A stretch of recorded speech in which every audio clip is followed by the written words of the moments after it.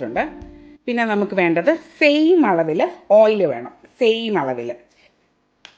ഇനി നമുക്ക് വേണ്ടത് 1/2 കപ്പ് നമ്മുടെ പൾപ്പാണ്. പിന്നെ ഞാൻ നമ്മുടെ സോക്ക് ചെയ്ത് വെച്ചിരിക്കുന്ന ഫ്രൂട്ട്സൊക്കെ ഉണ്ടല്ലോ, ടൂട്ടി ഫ്രൂട്ടിയും അതും ഒക്കെ 1 മണിക്കൂർ ഞാനിതൊന്ന് സോക്ക് ചെയ്ത് ഓറഞ്ച് ജ്യൂസിനകത്ത് സോക്ക് ചെയ്ത് വെച്ചായിരുന്നു കേട്ടോ. അത് നമ്മുടെ ആവശ്യത്തിന് എത്രയാണോ വേണ്ടതെന്ന് വെച്ചാൽ അത്രയും ഇടുക.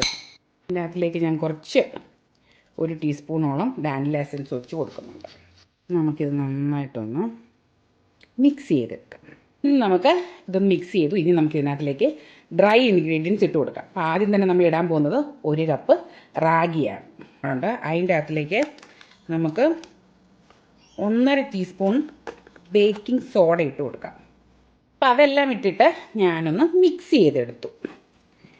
ഓക്കെ, ഇപ്പോൾ ആവശ്യത്തിന് വെള്ളമുണ്ട്. എനിക്ക് ഇത്രയും ഈ കൺസിസ്റ്റൻസി മതി. ജിഞ്ചർ പൗഡർ ഒരു 1/2 ടീസ്പൂണാണ് കേട്ടോ ജിഞ്ചർ പൗഡർ ഇടാം. നട്ട്മെഗ് 1 ടീസ്പൂൺ ഇടാം. Cinnamon powder 1/2 teaspoon. പിന്നെ ഇടേണ്ടത് ഉപ്പാണ്. ഒരു പിഞ്ചിട്ടാൽ മതി ഉപ്പ്. എന്നാൽ എന്താ പറയുക, മധുരമൊക്കെ ഒന്ന് ബാലൻസ് ആവാൻ വേണ്ടിയിട്ട് ഇടുന്നു എന്നുള്ളതേ ഉള്ളൂ. ക്ലോവിൻ്റെ പൗഡർ ഒരു 1/4 ടീസ്പൂണിലും താഴെ, അതും ഒരു പിഞ്ചെന്ന് വേണമെങ്കിൽ പറയാം. എന്നിട്ട് ഇത് നന്നായിട്ട് ഇളക്കി കൊടുക്കുക. ഞാനിവിടെ ഒരു മോൾഡ് അത്യാവശ്യം എണ്ണയൊക്കെ തൂത്ത് റെഡിയാക്കി വെച്ചിട്ടുണ്ട്.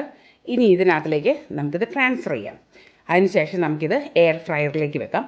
വേറൊരു മോൾഡ് എടുത്ത് വെച്ചിട്ടുണ്ട്, അത് നമുക്ക് പാനിലുണ്ടാക്കിയെടുക്കാം. മോൾഡുകൾ രണ്ടും റെഡി ആയിട്ടുണ്ട്. ഇനി നമുക്ക് ആദ്യം എയർ ഫ്രയറിലേക്ക് പോകാം, അതിനുശേഷം നമുക്ക് പാനിലേക്ക് പോകാം. അപ്പോൾ ഇതാണ് നമ്മുടെ എയർ ഫ്രയർ. നമ്മളിവിടെ ആദ്യം ക്ലിക്ക് ചെയ്യാം. അതിന് ശേഷം വേണ്ട ഇതാണ് കേക്കിൻ്റെ, കണ്ടോ, കേക്കിൻ്റെ അതിൽ ക്ലിക്ക് ചെയ്യാം. അതിന് ശേഷം ഇവിടെ ചെയ്താൽ നമ്മുടെ എയർ ഫ്രയർ റെഡി. ഇതിങ്ങനെ പുറത്തോട്ട് എടുത്തിട്ട് ഞാനിത് വെച്ച് കൊടുത്തു.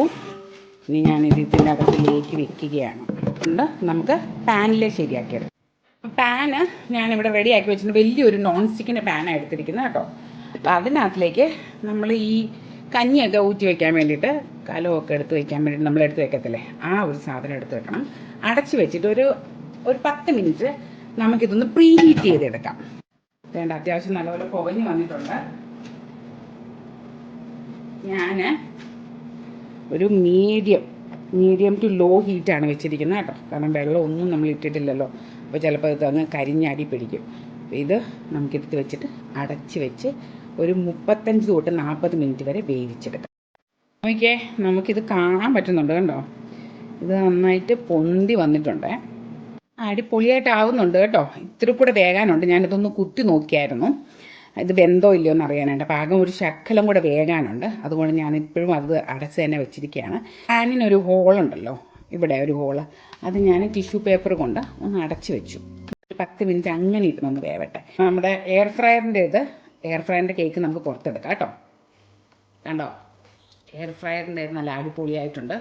ഇത് ഞാൻ പുറത്തോട്ട് എടുക്കുക. നോക്കിക്കേ, നല്ല അടിപൊളിയായിട്ട് നന്നായിട്ട് വെന്ത് റെഡി ആയിട്ട് വന്നിട്ടുണ്ട് നമ്മുടെ കേക്ക്. നമുക്കിത് ഡീമോൾഡ് ചെയ്യാം.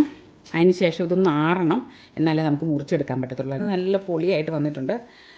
ഇതൊന്ന് ആറട്ടെ, എന്നിട്ട് നമുക്ക് ഡീമോൾഡ് ചെയ്യാം. നോക്കൂ കുട്ടികളെ, അപ്പോൾ ഇതൊക്കെ ഒന്ന് നന്നായിട്ട് ആറി റെഡി ആയിട്ട് വന്നിട്ടുണ്ട്. ഇനി നമുക്കിതൊക്കെ ഒന്ന് മുറിച്ചെടുത്താലോ. നമുക്കിതൊന്ന് മുറിച്ച് നോക്കാം. നല്ല സ്പോഞ്ച് പോലെ ഇരിക്കുന്നു. നോക്കിക്കേ, നല്ല സ്പഞ്ചി ആയിട്ടുള്ള പ്ലം കേക്കാണ്. നല്ല സോഫ്റ്റ് ആയിട്ടുള്ള പ്ലം കേക്കാണ്. അധികം മധുരമൊന്നുമില്ല. നമ്മൾ ഡേറ്റ്സ് ഇട്ടിരിക്കുന്നത് കൊണ്ട് തന്നെ ഭീകരമായ മധുരമൊന്നുമില്ല. പക്ഷേ നല്ല അടിപൊളിയായിട്ടുണ്ട്. സ്റ്റിൽ ഇത് എന്താ പറയുക, ആറാൻ വേണ്ടിയിട്ടുണ്ട്. അപ്പം ആറിക്കഴിയുമ്പോഴത്തേക്കിനും ഇത് പൊള്ളിയായിരിക്കും. എല്ലാവർക്കും ഈ ഹെൽത്തി പ്ലം കേക്കിൻ്റെ റെസിപ്പി ഇഷ്ടപ്പെട്ടു എന്ന് വിചാരിക്കുന്നു. നിങ്ങളെല്ലാവരും ഉണ്ടാക്കി നോക്കണം. ഈസിയാണ് ഉണ്ടാക്കിയെടുക്കാനായിട്ട്. നിങ്ങൾക്ക് അവനില്ലെങ്കിലും എയർ ഫ്രയർ ഇല്ലെങ്കിലും ഒരു നോൺ സ്റ്റിക്കിൻ്റെ പാൻ ഉണ്ടെങ്കിൽ അടിപൊളി കേക്ക് നമുക്ക് ഉണ്ടാക്കിയെടുക്കാം.